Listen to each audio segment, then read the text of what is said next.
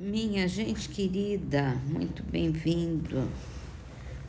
bem-vindos a todos, muita paz. E a mensagem do livro Espiritualidade e Vida de Haroldo Dutra Dias é exatamente: ame, porque o amor é irresistível. Não há escolha mais sábia que o amor.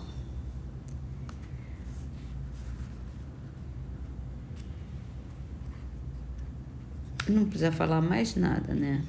Vamos desenvolver o nosso amor, fazer crescer esse sentimento lindo que nós temos. Livro dos Espíritos. Estamos falando agora sobre visitas espíritas entre pessoas vivas. Kardec pergunta: duas pessoas que se conhecem podem se visitar durante o sono?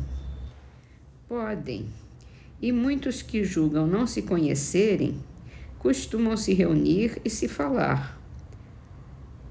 Pode-se ter, sem suspeitar, amigos em outro país.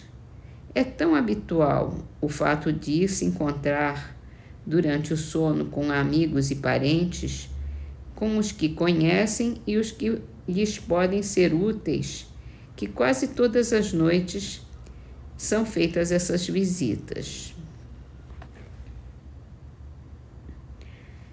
Bem interessante, né? Bem curioso isso. A gente tinha vontade de saber quem são esses amigos. Ainda encarnados também como nós, que a gente se encontra por aí durante o sono. Por isso que às vezes a gente se encontra acordado e sente que já conheceu, já conhece, já conversou. Não é uma coisa inédita.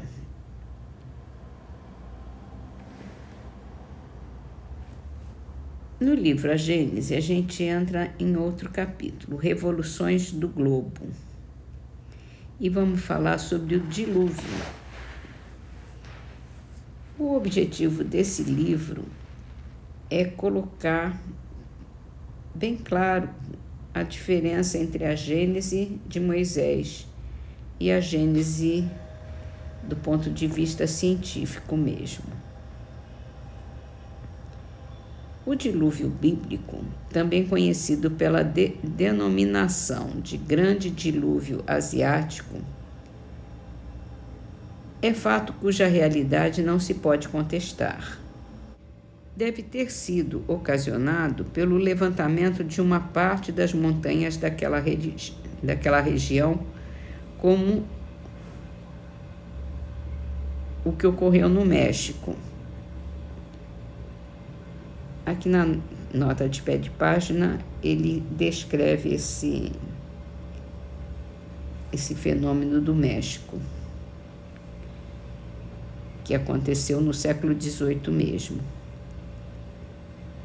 Essa opinião é corroborada pela existência de um mar interior que antigamente ia do Mar Negro ao Oceano Boreal, comprovada pelas observações geológicas.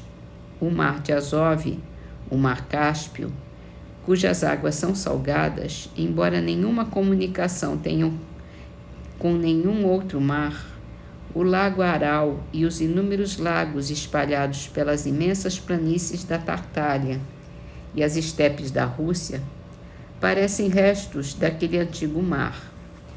Por ocasião do levantamento das montanhas do Cáucaso, posterior ao dilúvio universal, parte daquelas águas foi recalcada para o norte na direção do Oceano Boreal, outra parte para o sul em direção ao Oceano Índico. Inundaram e devastaram precisamente a Mesopotâmia e toda a região em que habitaram os antepassados do povo hebreu.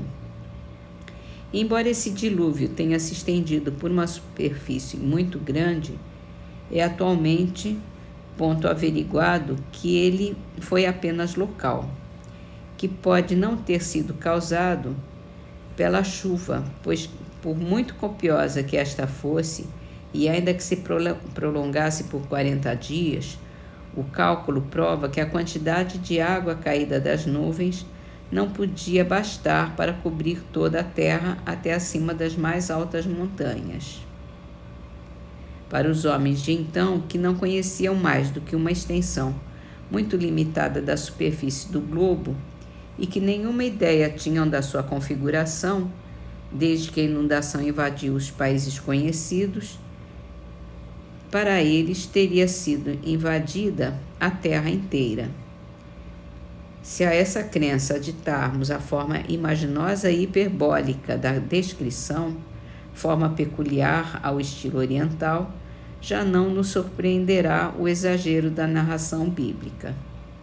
O dilúvio asiático foi evidentemente posterior ao aparecimento do homem na Terra, visto que a lembrança dele se conservou pela tradição em todos os povos daquela parte do mundo, que o consagraram em suas teogonias.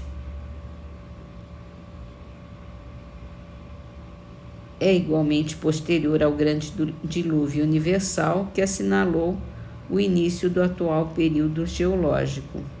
Quando se fala de homens e de animais antediluvianos, a referência é ao primeiro cataclismo. E aqui tem uma nota de Kardec falando sobre uma lenda indiana do dilúvio, em que Brahma prediz um dilúvio muito semelhante ao que está descrito em Noé. E Kardec diz que a analogia desta lenda é flagrante com a narrativa bíblica de Noé. E esse dilúvio da Índia é anterior. Da Índia ela passara ao Egito como uma multidão de outras crenças. Sendo o livro dos Vedas anteriores ao de Moisés, a narração que se encontra nele do dilúvio não pode ser uma cópia da deste último. O que é provável é que Moisés, que aprendera as doutrinas dos sacerdotes egípcios, tenha tomado a estes a sua descrição. Então temos mais um dado interessante aqui nessa história, né? E é isso. Vamos então terminar as nossas leituras com a trova do livro Orvalho de Luz, assinada por Teotônio Freire, psicografada por Chico Xavier, com o título Vaso de Trovas. Na grande escola do mundo, quem ensine, pense e olhe. O pai colhe o que semeia, o filho aquilo que colhe.